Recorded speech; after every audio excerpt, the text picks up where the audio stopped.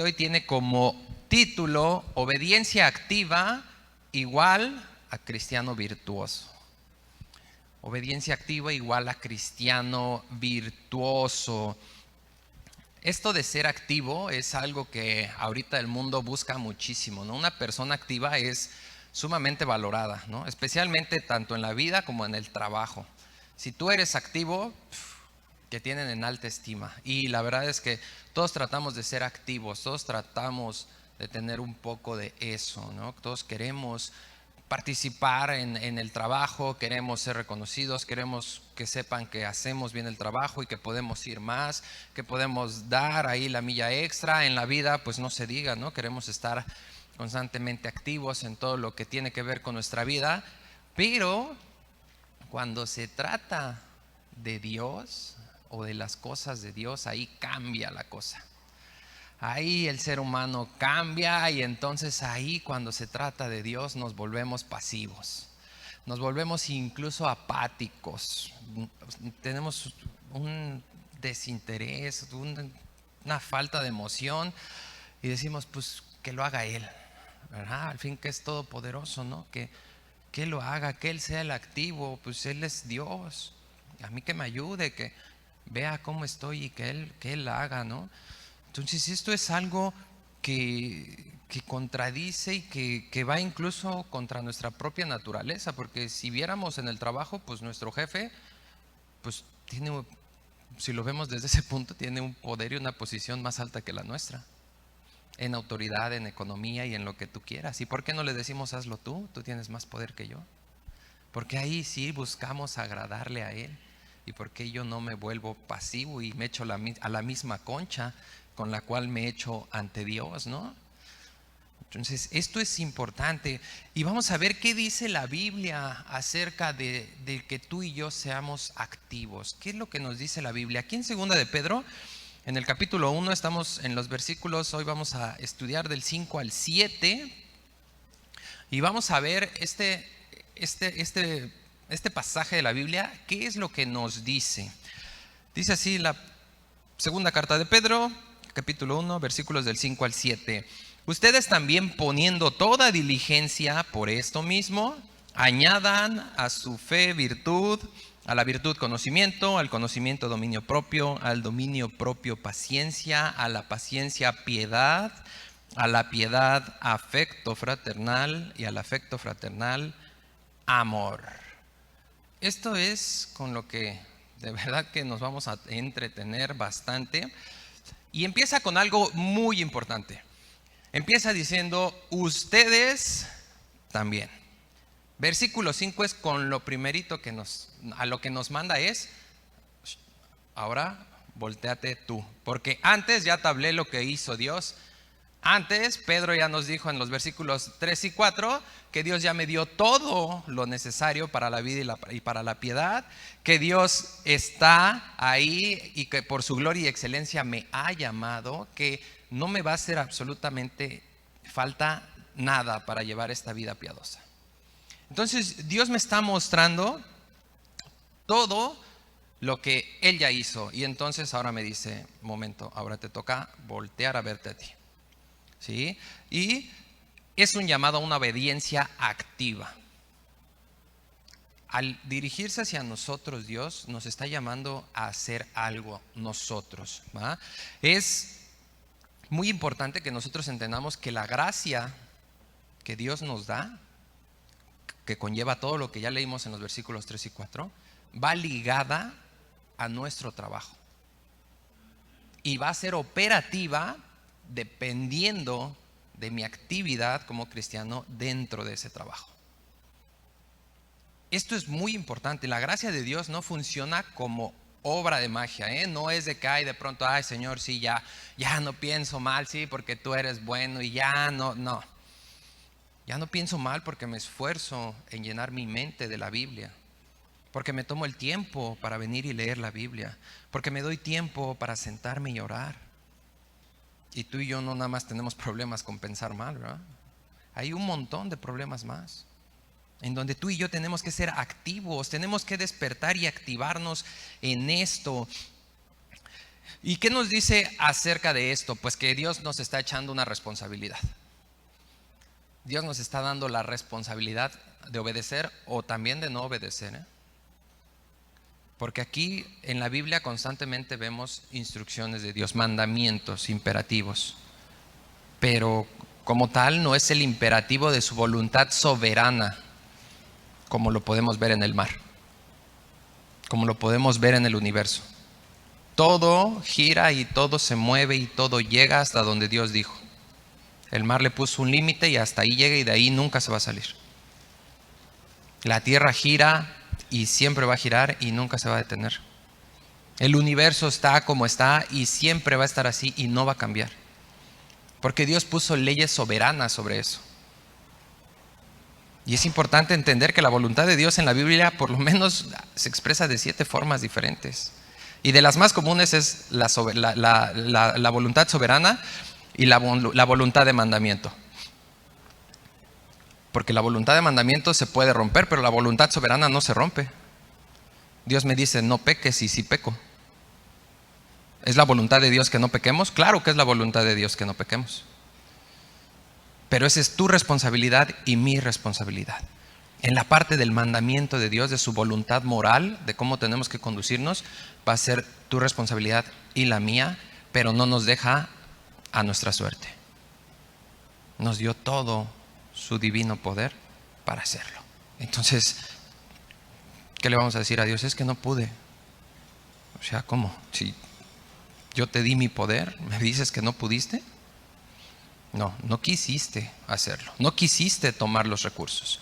Entonces, es tu responsabilidad y la mía tener esta actividad, ¿eh? Es tu responsabilidad y la mía manifestar esta obediencia activa en base a esa suficiente salvación y gracia que Dios nos ha dado, ¿va?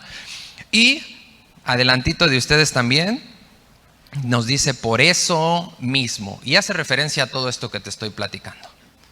O sea, ustedes también por esto mismo que les estoy diciendo, que ya te di todo, que el poder con el que levanté a Cristo de los muertos, me encargué de ponerlo completito dentro de ti en la persona del Espíritu, para que ahora tú hagas todo esto. Por esto mismo, aquí Pedro nos está escribiendo esto. Mira, se nos deja escrito la forma en cómo debemos responder tú y yo a esta gracia y grandísima diligencia de Dios. ¿Y cómo debemos responder? Poniendo toda diligencia. Pero no es la de allá, la del maestro, la del predicador, la del pastor. No, es toda tu y mi diligencia. No podemos voltear tampoco a culpar a nadie, ¿eh? No podemos echarle la culpa. Es que nunca me hablaron para ver cómo está. No, espérame. Dios ya te dio todo lo necesario. Y Dios es el que te está hablando. Entonces, esta es nuestra diligencia. A nosotros nos toca. El que el Espíritu Santo nos llame a poner toda la diligencia, nos está comunicando un pensamiento que debe haber en nosotros de interés y solicitud vigilantes. Debemos estar sumamente interesados en todo esto y tenemos que ser vigilantes en lo que estamos haciendo, porque cuando hay interés y vigilancia, el resultado es eficacia. Es eficacia. Y tú vas a ser un cristiano eficaz el día que te pongas a vigilar y a tener interés en lo que Dios te está diciendo que hagas. Es la forma en la que somos eficaces. Es la forma. Pasas por el árbol de mango y ves allá el mango y pones atención y interés, vigilancia, y le pasas 2, 3 días, ya hasta agarras la piedra y lo tiras. Y no nos falla. Y lo agarras por acá y te vas, y se acabó el mango. Ni te esperaste a lavarlo, así como fue, lo bendijiste y ya está bendecido, amén, y le das la mordida. Es eficacia. Y Dios quiere esa eficacia en tu vida. Y no en tu vida natural, en tu vida espiritual. Necesitamos de esa eficacia en nuestra vida. Necesitamos hacer esto de forma apremiante. Y Pedro no es el único que nos dice algo con respecto a esto. Mira, si me acompañas a Filipenses 2,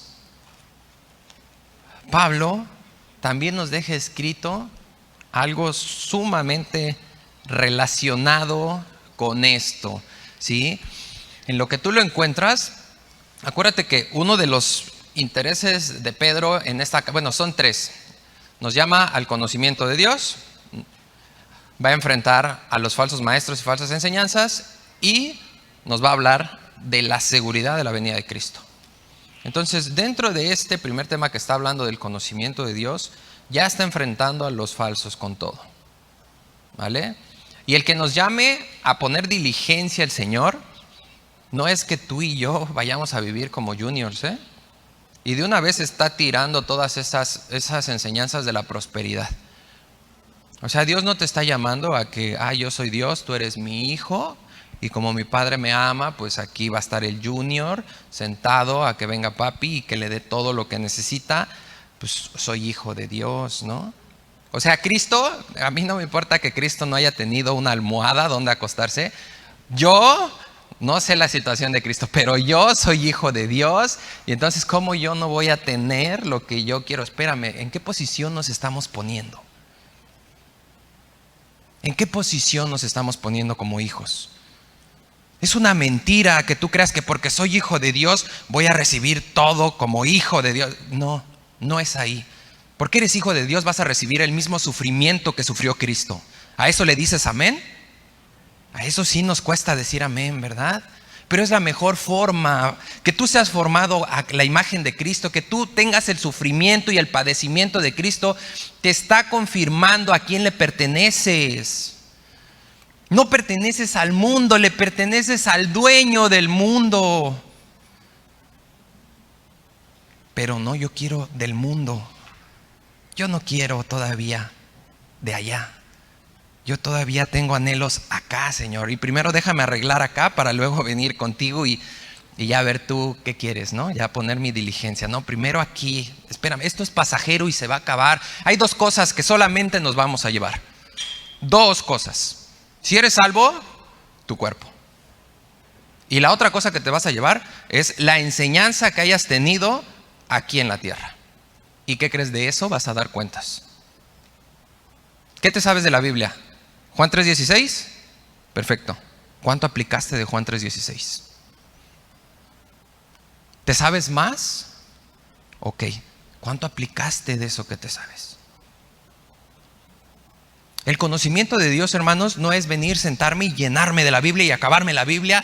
En 2-3 meses ya me leí la Biblia así. Y luego vas a dar cuentas de todo eso. ¿Estás preparado para dar cuentas? No es tu intelecto. No se trata de ver quién sabe más Biblia. Se trata de ver de quién vive más la Biblia. Y vivir la Biblia es vivir lo que Dios te está enseñando. No necesitas toda la Biblia porque tu capacidad y la mía no alcanza para tener toda la Biblia. Es una palabra eterna. No va a pasar, el cielo y la tierra van a pasar, pero su palabra no va a pasar, se va a cumplir toda y todavía vamos a tener un montón de cosas que aprender de la Biblia. ¿Y tú crees porque te has leído 2-3 veces la Biblia ya? ¿Eres el maestro de maestros, el teologazo? No, no va por ahí. Necesitamos todos estos recursos, claro, y gracias a Dios que tenemos Biblias de estudio, comentarios, libros, diccionarios, tenemos software, tenemos un montón de recursos que Dios nos ha dado. No podemos despreciar eso, tenemos que hacer nuestra tarea, toda nuestra diligencia.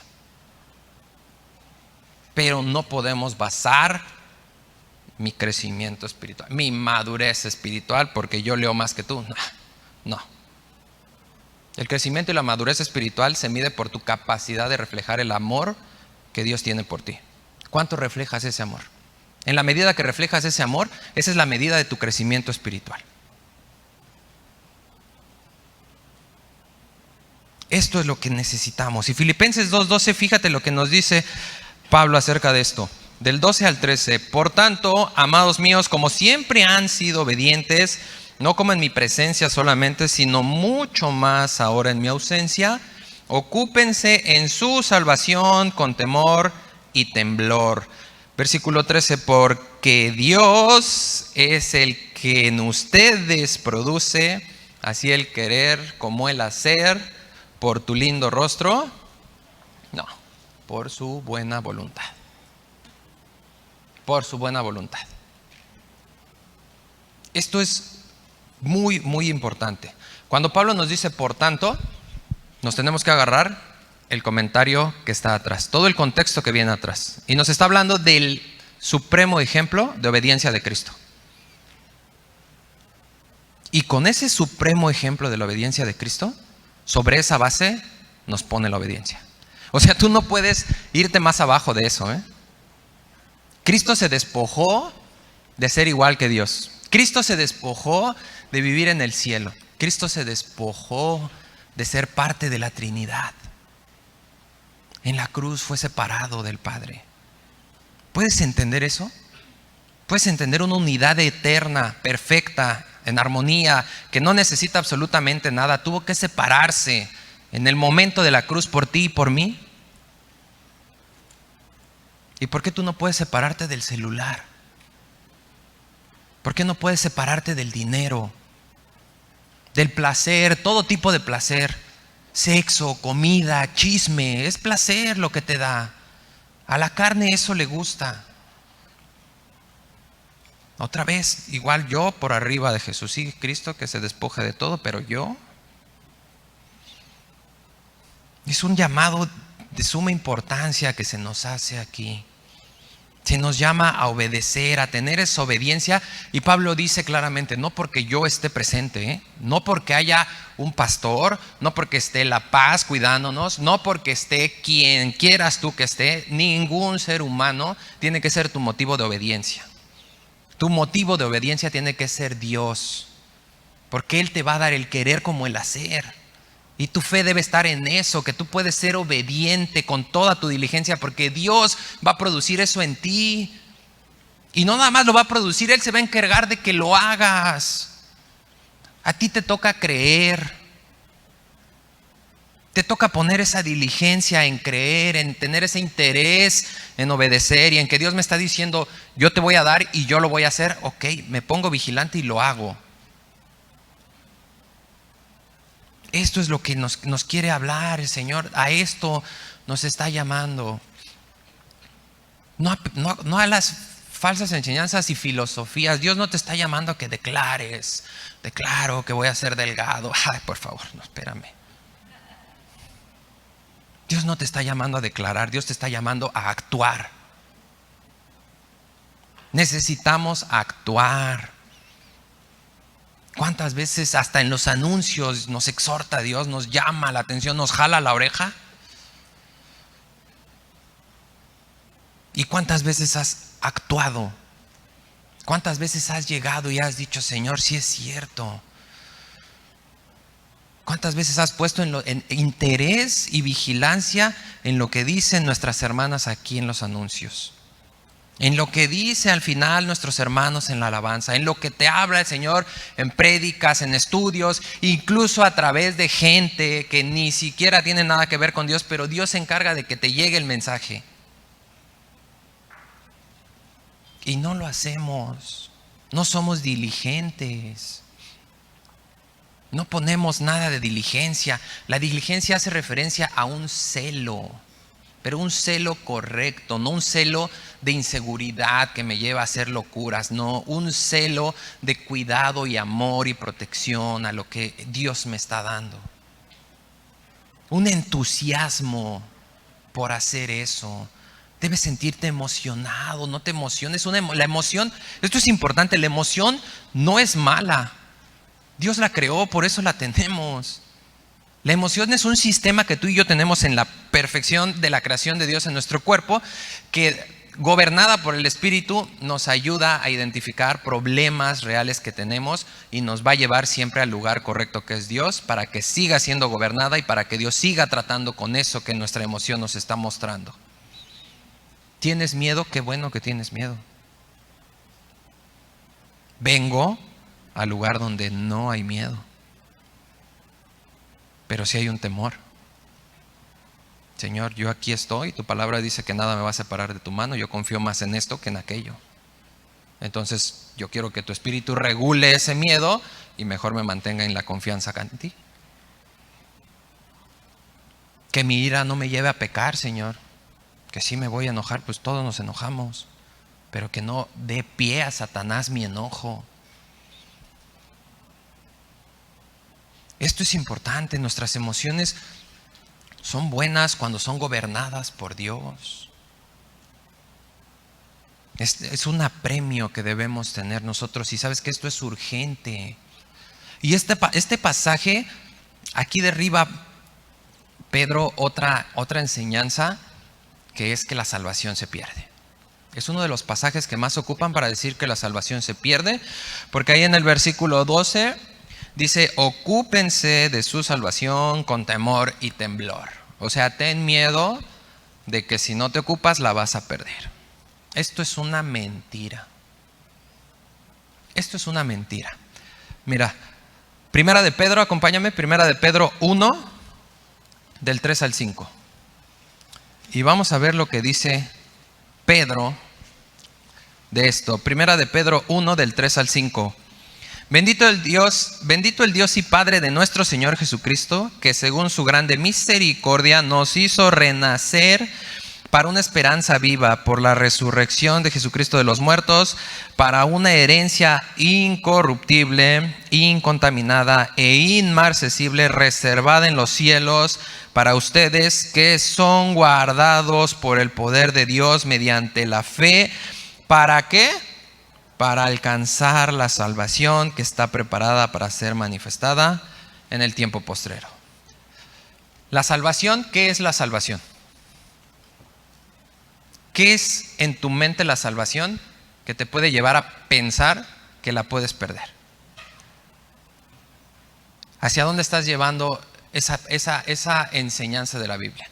¿A un documento? ¿A un colgante? ¿Qué es la salvación? La salvación es Cristo en la cruz. Y ahí sigue. Y ahí seguirá hasta que se cumpla el número de gentiles.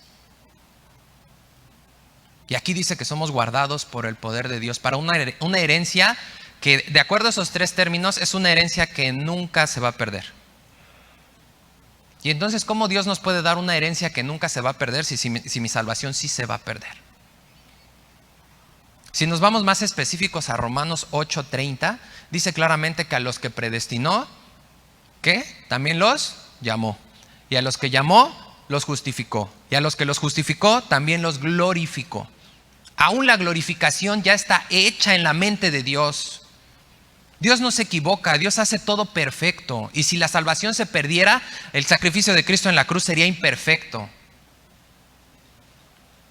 La salvación no está en tus manos ni en las mías, está en Dios, que Él hace el querer como el hacer. Él nos da todo lo necesario para una vida piadosa. No es que perdiste la salvación, no, es que no eras salvo. Es más feo pensar en eso. Es más feo creer que nunca, pero ¿por qué lo justificamos si es la verdad? No eras salvo. La palabra de Dios dice que el Espíritu da testimonio a tu espíritu. No quiere decir que el Espíritu te dice, eres salvo. Amén. No. El Espíritu manifiesta ese testimonio en una vida renovada, en donde tus deseos cambian y ya no son tus deseos, son los deseos de Dios, en donde pones toda la diligencia a lo que Dios te pide, en donde constantemente estás buscando adorar a Dios con todo tu ser, donde necesitas de la enseñanza, necesitas de la oración, necesitas del amor de mis hermanos y juntarme con mis hermanos, en donde ya no quiero el pecado, en donde sigo luchando, pero ahora me pone a sufrir ver pornografía, me pone a sufrir irme con el amante o la amante, en donde me pone a sufrir robar ese dinero. Ahí está el testimonio del Espíritu. Y esa es una vida renovada que no se va a perder, Dios te lo está garantizando. Nada te va a separar de su mano ni de su amor. Si eres de Dios, ahí te vas a mantener. Vas a caer, vas a caer. Pero ¿por qué las caídas nos hacen dudar de esa salvación? Porque no estamos pegados a todo ese poder que Dios nos ha dado. porque no agarro las promesas que también vimos en el versículo 4, que son para participar de la naturaleza divina, para huir de la corrupción. Es el arma, son las herramientas que Dios me da para luchar. ¿Qué te ofrece la aventura con tu amante? ¿5 minutos de placer? ¿Qué te ofrece el amor de Dios? Una eternidad a su lado. Una eternidad comparada con 5 minutos. Es claro hacia dónde voy a ir. Pero eso solo lo toma alguien que ha nacido de nuevo. Eso solamente, solo en el cristiano, hermanos y amigos que nos visitan, solo en el cristiano el corazón se divide en dos. Hay una lucha entre el mundo y las cosas de Dios. Pero nos asegura Dios que pegados a Él van a ganar siempre las cosas de Dios. Pero en el incrédulo no hay una lucha. El incrédulo es fiel y esclavo de su pecado. Él no tiene dudas. Él no se debate entre buscar Él no busca a Dios. Y esto es lo que Dios quiere que sepamos, que tenemos esta doctrina de la seguridad y de la permanencia eterna de los santos. Es esta enseñanza que nos lleva, es una salvación perpetua. Y es la que Dios quiere que abracemos con todo nuestro ser y que hagamos nuestro esfuerzo. Ocuparse que dice aquí en Filipenses es la palabra katergasomai y significa trabajar completa y arduamente. Y cuando hablamos de la salvación, está haciendo énfasis hacia tu santificación. Eres salvo desde el momento que recibes a Cristo. Ahora tu salvación lleva un proceso, no se ha acabado, no ha terminado tu salvación. Ya lo hemos hablado varias veces. Es la justificación, sigue la santificación para llegar a la glorificación. Tú y yo estamos en la etapa de la santificación y ahí es donde tenemos que trabajar completa y arduamente. Y Pedro nos lo dice en nuestro versículo base, si te fijas. Pedro ahí nos dice, ustedes también poniendo. Esta palabra poniendo es pereisfero con PH se escribe. Y significa aplicar, traer o meter simultáneamente de tu parte. Es tu trabajo ligado a la gracia de Dios. Tú tienes que poner de tu parte. Tú tienes que poner, mira, huir de la corrupción del mundo. O sea, yo no sé, se lee bien fácil, pero no es nada fácil. No es nada fácil, varones, que vamos caminando por la costera y es una locura tener que frenar nuestros ojos. No es nada fácil, mujeres, que por todos lados nos llega el chismecito. Y los catálogos también. No es nada fácil lo que enfrentamos allá afuera. Más cuando nuestro deseo natural es hacia eso. ¿Y tú crees que con el versículo del día de la aplicación, con eso la vas a hacer para huir?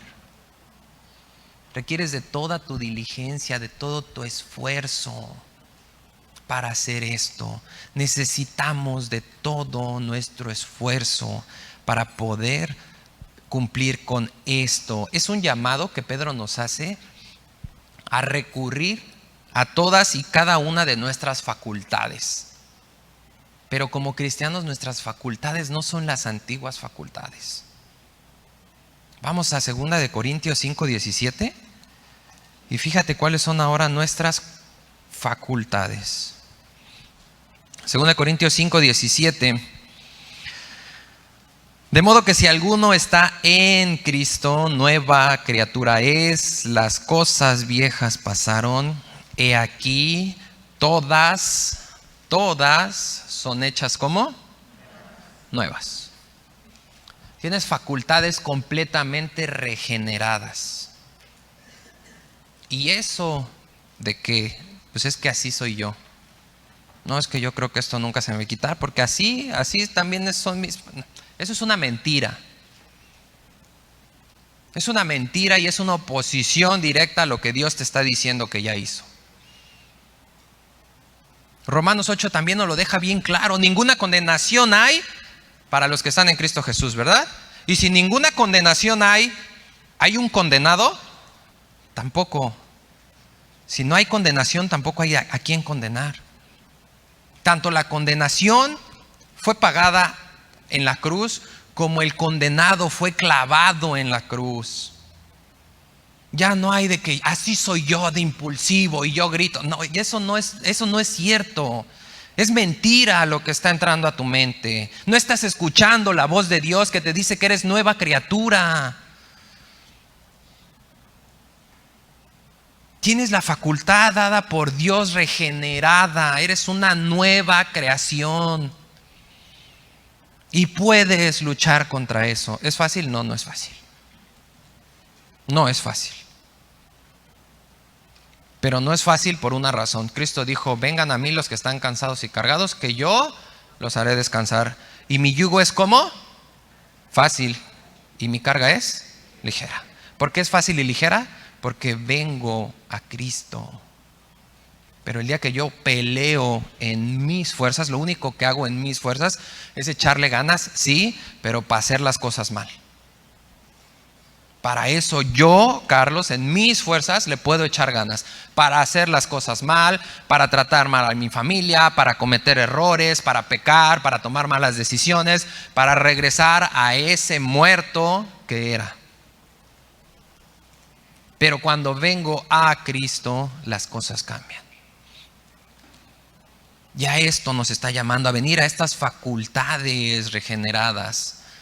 Necesitamos de todas estas facultades. La fe salvadora que tú y yo recibimos es el campo, hermanos, donde se va a cultivar y crecer el fruto de la santificación por la cual tú y yo estamos pasando. Pero ese campo está en constante batalla con alguien. Acompáñame a Gálatas 5:17 para que veas esta batalla constante y diaria que se pelea en este campo de esa fe salvadora que recibimos de parte de Dios. Gálatas 5:17, porque el deseo de la carne es contra el espíritu y el del espíritu es contra la carne, y estos se oponen entre sí para que no hagas lo que quieres. Hay algo aquí muy importante. Pablo no está diciendo que la carne es igual de fuerte que el espíritu. Eso no es lo que dice aquí.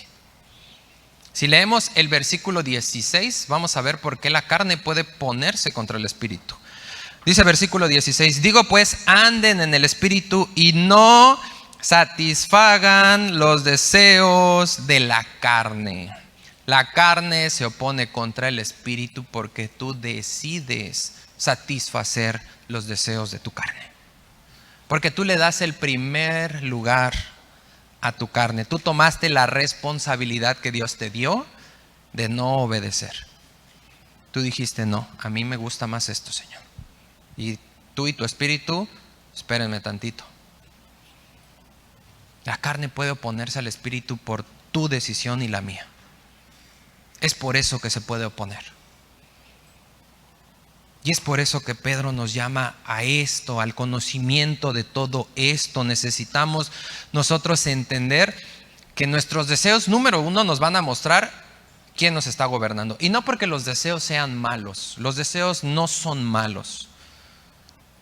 Tú y yo debemos tener deseos. Claro que debemos tener deseos. ¿No deseas ver a Cristo?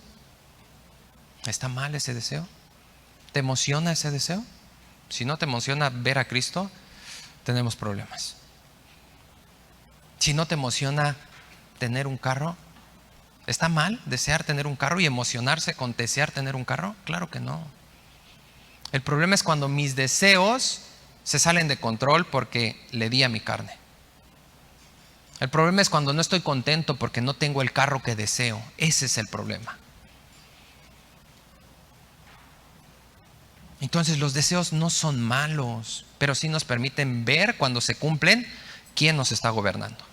Y solamente cuando nos gobierna el Espíritu Santo es cuando esa fe que tenemos, que Dios nos dio, va a tener la firme seguridad para buscar esta santificación, para buscar andar en el Espíritu, buscar ser parte y partícipe de la naturaleza divina a la cual Dios me está llamando que participe, a su santidad.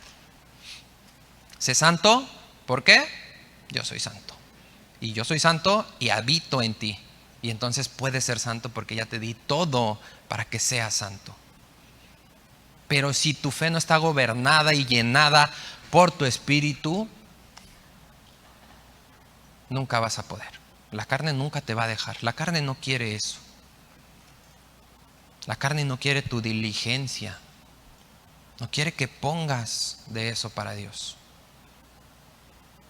¿Sí? Y entonces, ¿qué nos sigue diciendo Pedro con respecto a todo esto, hablando de la diligencia y de esta verdad tan grande?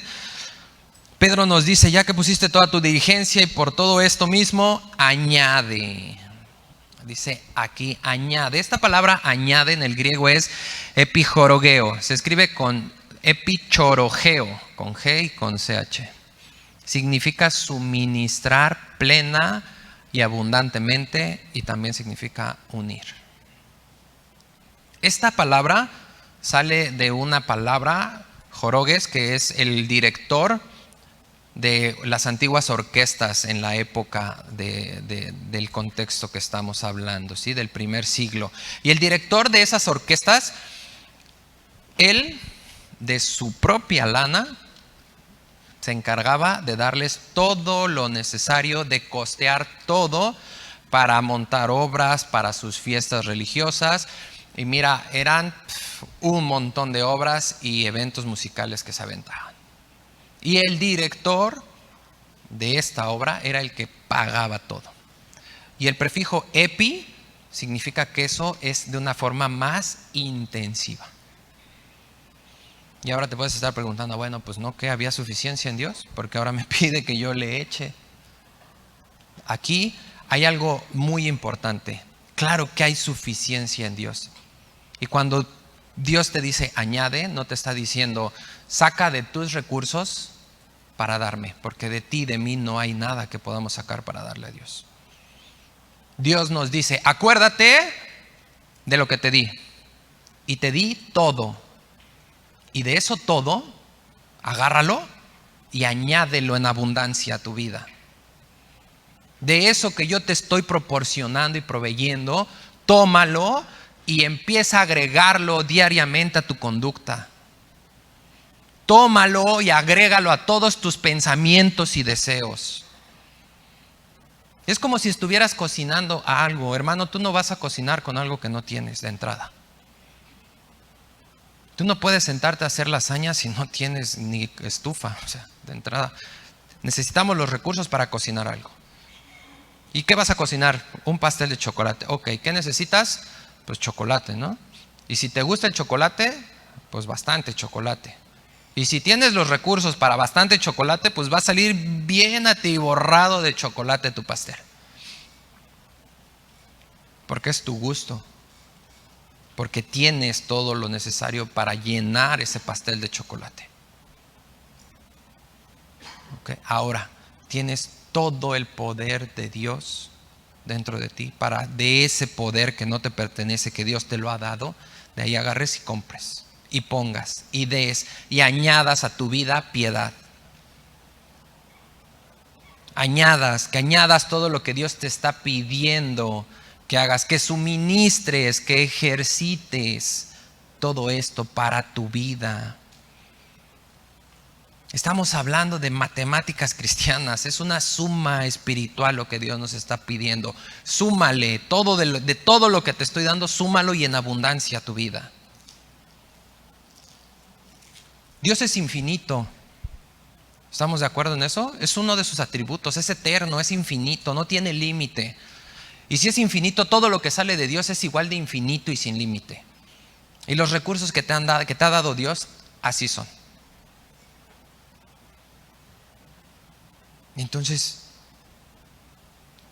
sin miedo al éxito, papi, échale todo lo que Dios te ha dado. Échale todo lo que necesitamos. Y fíjate lo que nos pide aquí Dios. Nos deja escrito Pedro una lista de 8 virtudes. 8 virtudes que tú tenemos que añadir. Y la primera es la fe.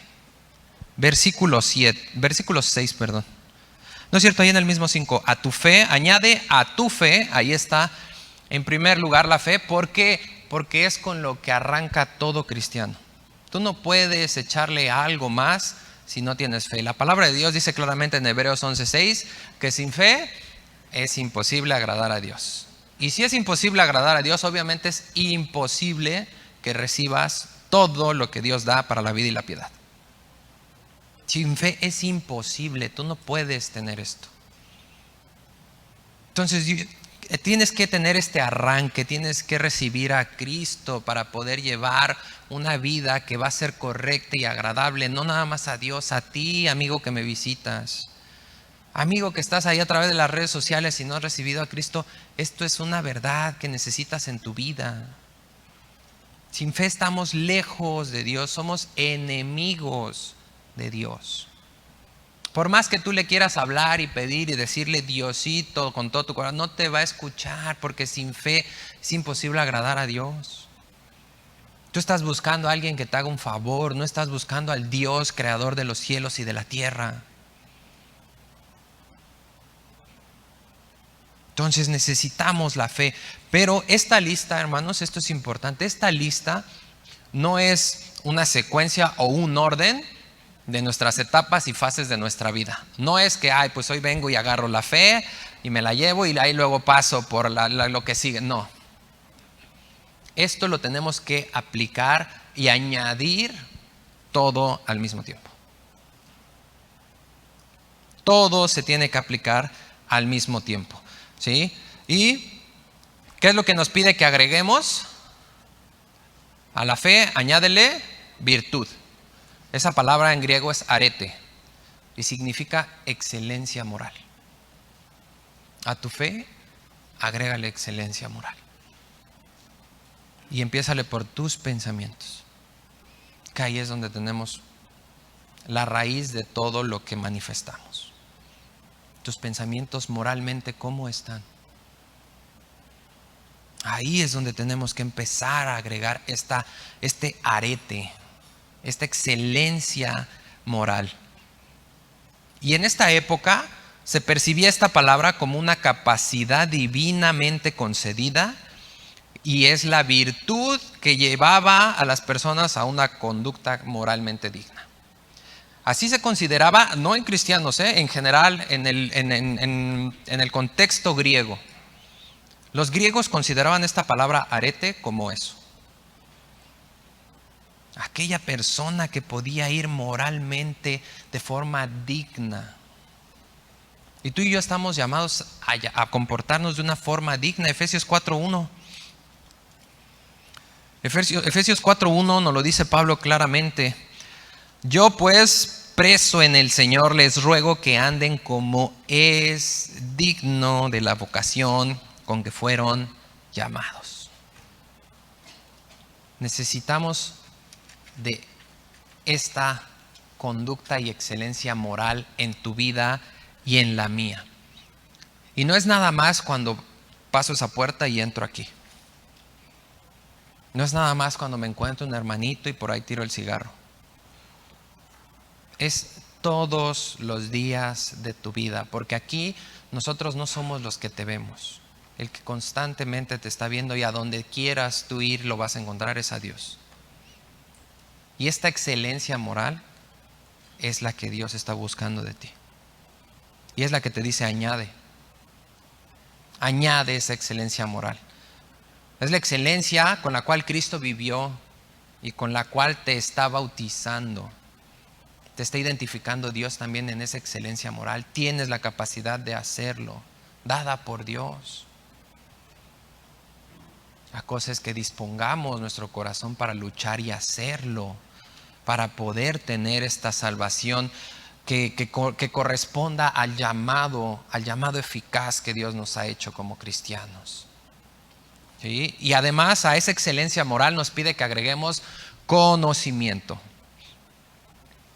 Pablo en el versículo 3 nos hablaba del conocimiento, haciendo referencia a la palabra epignosis, que es un conocimiento profundo y detallado, es meternos a investigar y a conocer y a descubrir más de Dios. Este conocimiento del que está hablando aquí en esta lista de virtudes es nada más el corto, gnosis, G-N-O-S-I-S, gnosis. Y significa investigar o buscar saber. Y hace referencia a hacer acciones, a accionar, a tener nosotros esa determinación de comprobarlo. Esta palabra, hermanos, es un conocimiento práctico. Es conocimiento práctico y discernimiento. Es aplicar lo que he aprendido en ese epignosis, en ese estudio de Dios, en esa enseñanza que Dios me ha dado. Yo vengo y en el conocimiento práctico que Pablo me está pidiendo como virtud que le agregue a mi vida, yo hago. Santiago nos lo dice claramente en su carta, dice: no seas oidor olvidadizo, sino epignosis, hacedor de la palabra. Comprueba que es verdad esto. ¿Cómo lo compruebas? ¿Cómo llega una investigación a sacar las conclusiones? Porque comprobó que así era. Y tú tienes que comprobar que puedes hacerlo, que tienes todo lo que Dios dice que tienes, que eres una nueva criatura, que no perteneces a este mundo, que eres peregrino, que esto es temporal, que nos espera una eternidad a su lado. Y tú tienes que comprobar eso. Tienes que comprobarlo. Tienes que comprobar que en verdad aquí en la Biblia está nuestra vida. Por eso Pedro la comparó con el alimento para un recién nacido. Y hay dos pensamientos que son muy comunes y se están haciendo muy fuertes actualmente en la enseñanza en cuanto a doctrina bíblica: que la teología no es buena. No es buena por dos razones. Número uno, porque no es para todo el mundo. La teología es para aquellos eruditos que piensan y que saben. No, yo ni primaria, no, ¿cómo crees yo? Los apóstoles, por si no lo sabías, la mayoría eran indoctos.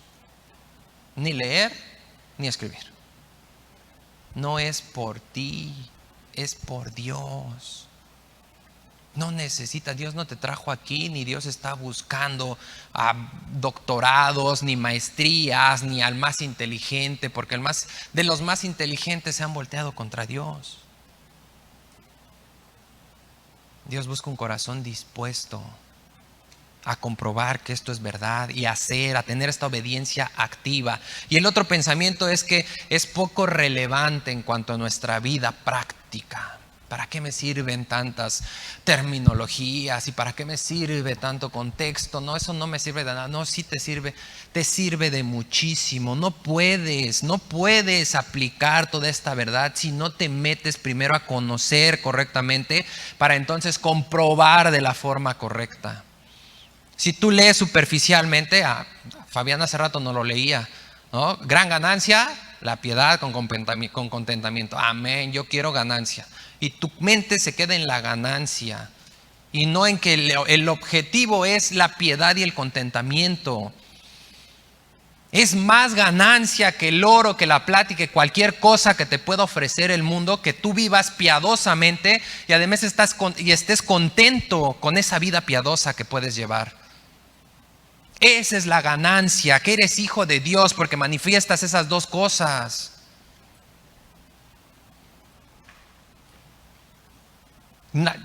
Juan 17:3, ¿qué dice?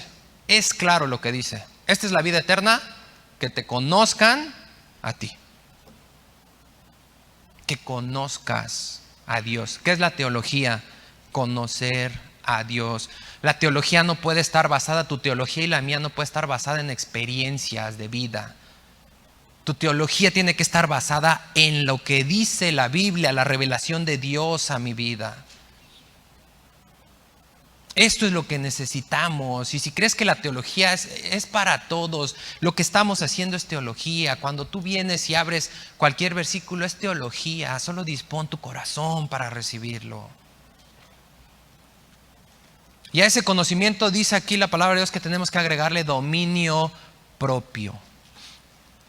Y este dominio propio, sencillo, es el autogobierno. la capacidad que tienes para regularte. Y además de esto es algo que Dios te pide que añadas, porque es algo que el Espíritu Santo viene a producir en nosotros. Es parte de los frutos del Espíritu, no de tus frutos.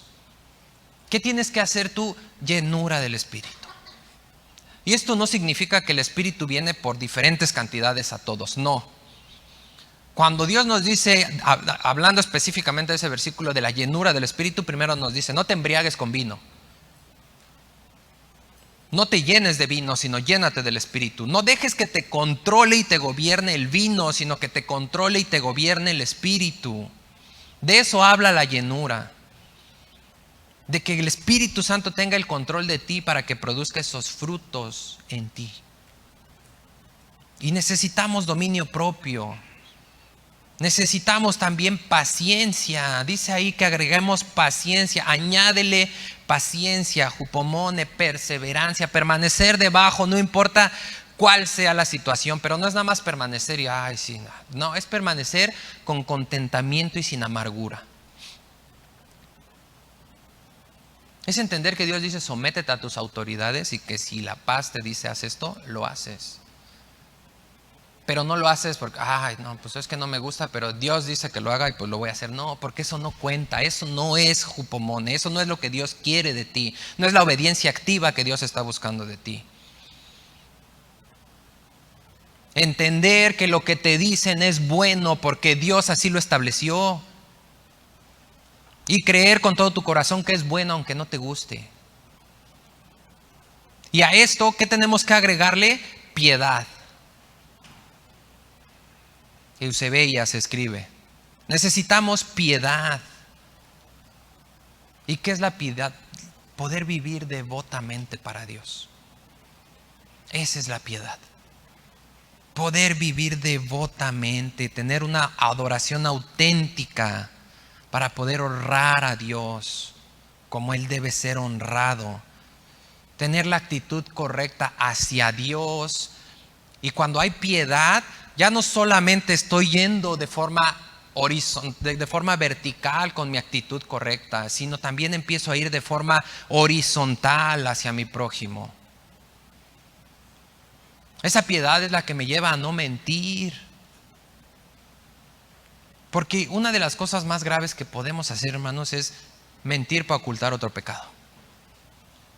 Porque cuando tú mientes para ocultar otro pecado, tú vienes y haces un pacto con el padre de mentira para que él te libre por 5 minutos de una consecuencia y además se pongan en contra de Jesucristo, que es la verdad.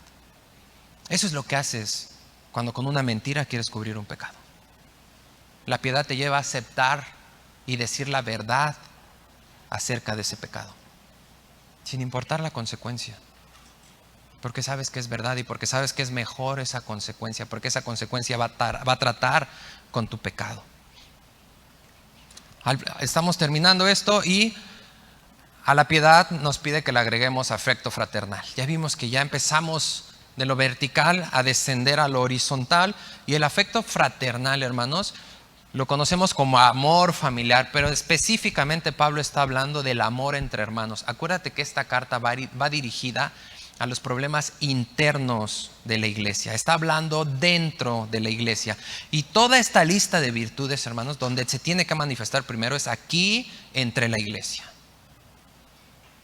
El amor fraternal. Todos los que estamos aquí, voltea a verlos. ¿De cuántos conoces siquiera su nombre? ¿A cuántos saludas por cortesía nada más?